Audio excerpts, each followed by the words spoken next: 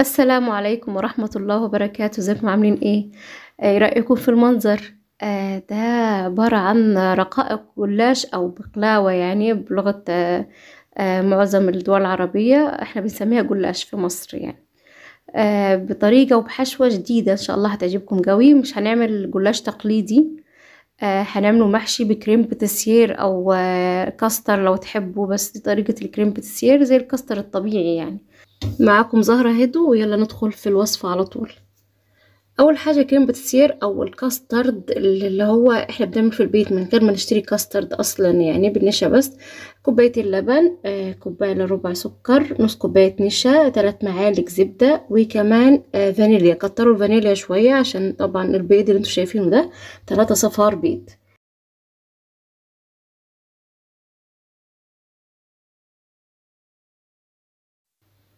اول حاجة بننزل ب3 صفار بيض ونحط عليها السكر ونحاول نمزجهم كويس خالص، واكيد بنحط عليهم الفانيليا.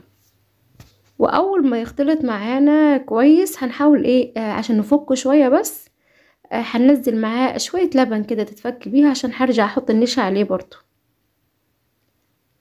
اهو لما اتضرب كويس خالص هنزل بنص كوباية لبن. انا على فكرة الكريم باتسير ده عاملاه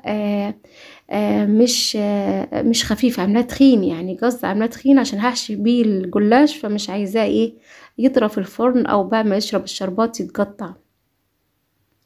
بعد ما حطيت نص كوباية اللبن رجعت حطيت نص كوباية النشا. انا بعمله يعني ممكن بمعلقتين نشا بس النص كوباية دي كويسة خالص للمقدار بتاعي. في كسرولة على النار هحط الكوباية ونص اللبن التانيين، وهحط عليهم كمان كوباية الزبدة اللي هي كوباية صغيرة خالص، دي عبارة عن معلقتين 3 بالكتير عشان تديها طعم قوي وجميل يعني. واول ما اللبن يحاول يغلي كده هنزل بشوية لبن على الخليط اللي انا عملته، اساس مسلكش البيض، يعني عارفين اخليه في درجة سخونة معينة عشان ارجع اعمله زي الكاسترد بالظبط، وما يقطعش مني او ما يكتلش مني. دي درجة كويسة خالص بتخلي البيض يستوي جدا، مش بيبان اصلا طعم البيض يا جماعة. وهذا هو المطلوب بالشكل ده بالظبط، يبقى كريمي وناعم جدا. كده خلص. انا دلوقتي عايزه ابرده، بس من غير ما اسيبه مكشوف، يعني لازم اغطيه بورقه نايلون او بكيس بلاستيك، اي حاجه، بس اهم حاجه يبقى الكيس لامس الكريمه دي او لامس الخليط ده. عشان اطلع كل الهواء اللي فيه هلزجها في الخليط نفسه، هسيبه يبرد. لو مستعجل عليه هحطه في التلاجة، وطبعا كالعاده بنستعجل يعني. عشان نشوف هنعمل ايه، هحطه في التلاجة يبرد براحته ان شاء الله.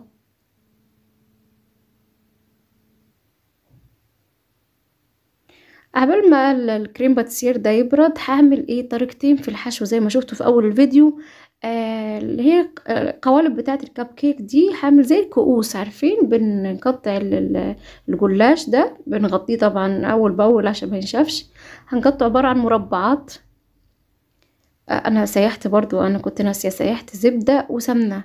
زبده عادي او سمنه بلدي وسمنه عاديه يعني. تقدر تحطوا زبده وزيت بس كمان. بس هقطع الجلاش مربعات او مستطيلات زي ما نحب، يعني ده كله مش بيبان في الاخر.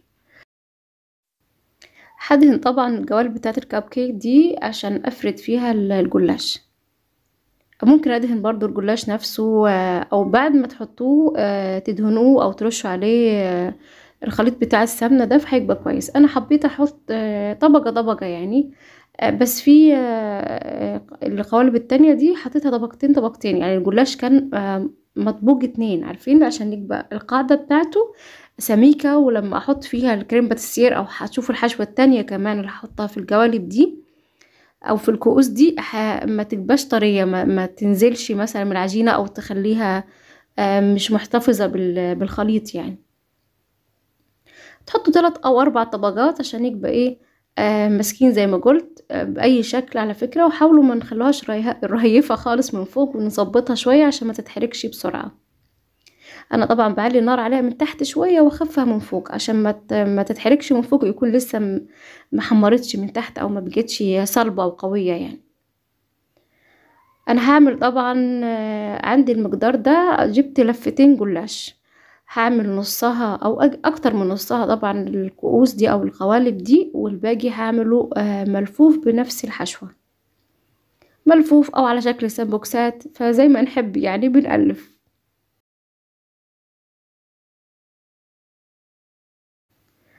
ده طبعا حطها في الفرن، وهرجع اعمل ايه الكبيرة دي. انا زي ما شفتوا الوصفة دي انا واثقة انها هتعجبكم، واثقة جدا جدا يعني، لان اول ما عملتها وطلعتها بصوا تحفة، المنظر تحفة والشكل تحفة، ما فيهاش غلطة. حتى بعد يعني عملتها انا وصايمة، بعد ما فطرت ودقتها، اول حاجة دقتها هي طبعا اتاكد من اللي انا عملته، في منتهى الجمال والله، في منتهى الجمال فعلا. ومش تقيلة يا جماعة، لا حلوة وبتشبع يعني كمان. ولو مش حابين الكريمة دي تكون او كريمة الباتيسير دي يكون لونها اصفر غامق كده، ممكن تعملوا الموضوع ده بصفار بيضة واحدة، اللي ما بيحبش اللون الاصفر يعني، لكن الطعم كان تحفة. انا خلاص خلصت الصينيتين طبعا. بنضف الرخامة كويس خالص، انا طبعا منضفاها اصلا بس عشان اعرف احشي عليها الرولات دي. انا مش هشيل البلاستيك خالص من عليه، هشيل حتة حتة عشان ما اضمنش ان هو يعني ما يكبش ناشف.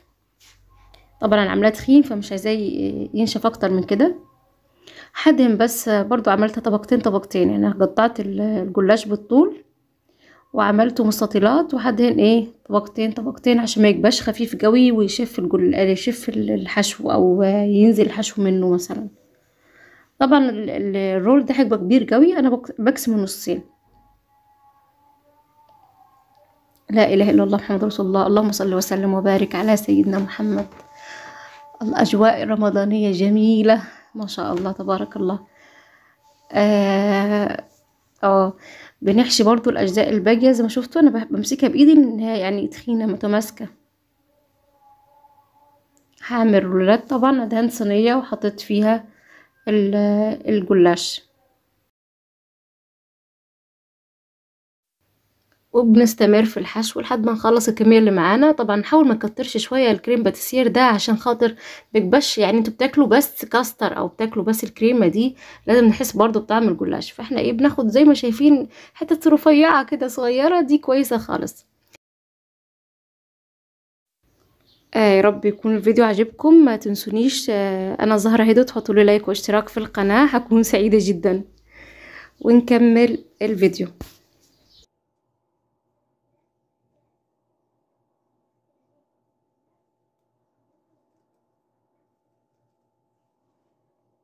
زي ما شايفين انا ايه بحشيها بشكل سامبوكسات، فطبعا اخر حاجة او اخر طرف ده بدخله جوه الجيب بتاعه، فبيبقى منظره كويس خالص. انا مش بقلي الجلاش يا جماعة، انا بحطه في الفرن، لانه لو اتقلب بيشرب زيت جامد جدا وممكن يفك مني، لكن الفرن بتنشفه كويس، وبحط سمنة على طول من فوق عادي مفيش اي مشاكل.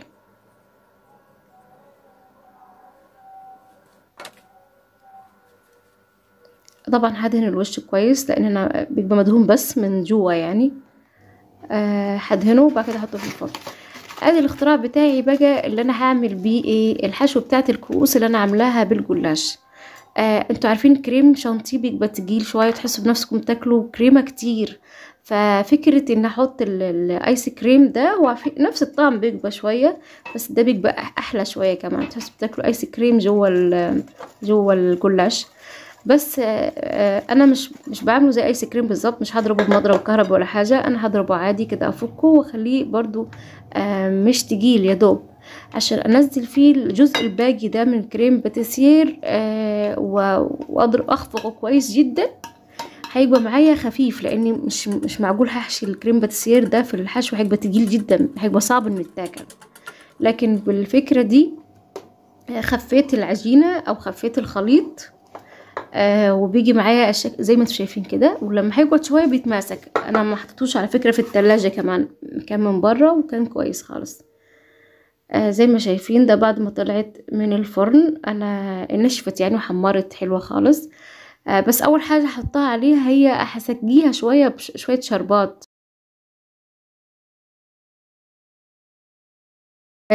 معلقه مش كتير، لان طبعا خليط الايس كريم والكريم باتيسير ده فيه سكر، فمش هينفع يبقى السكر كتير قوي.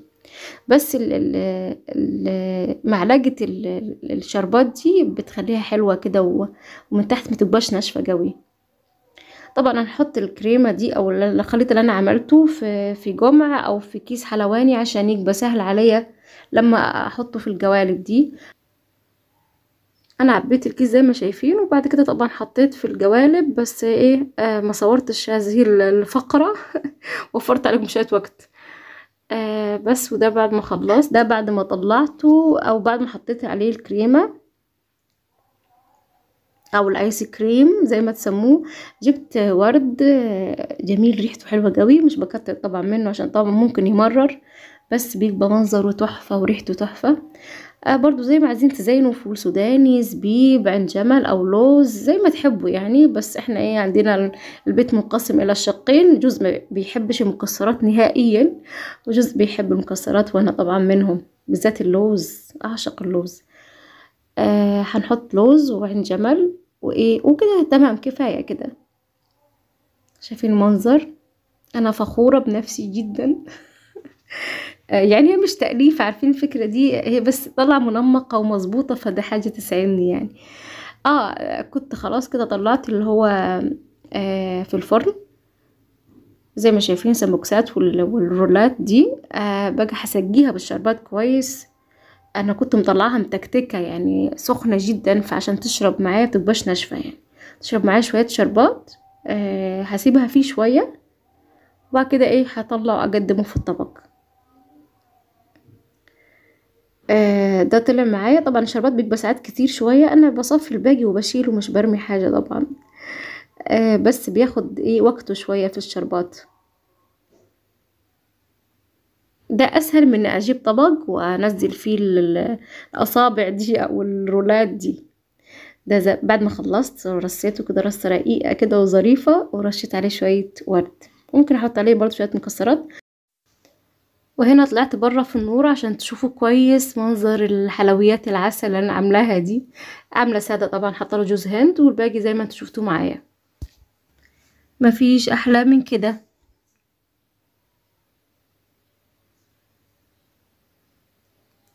شوفوا شويه الفرندا والهواء الطلق.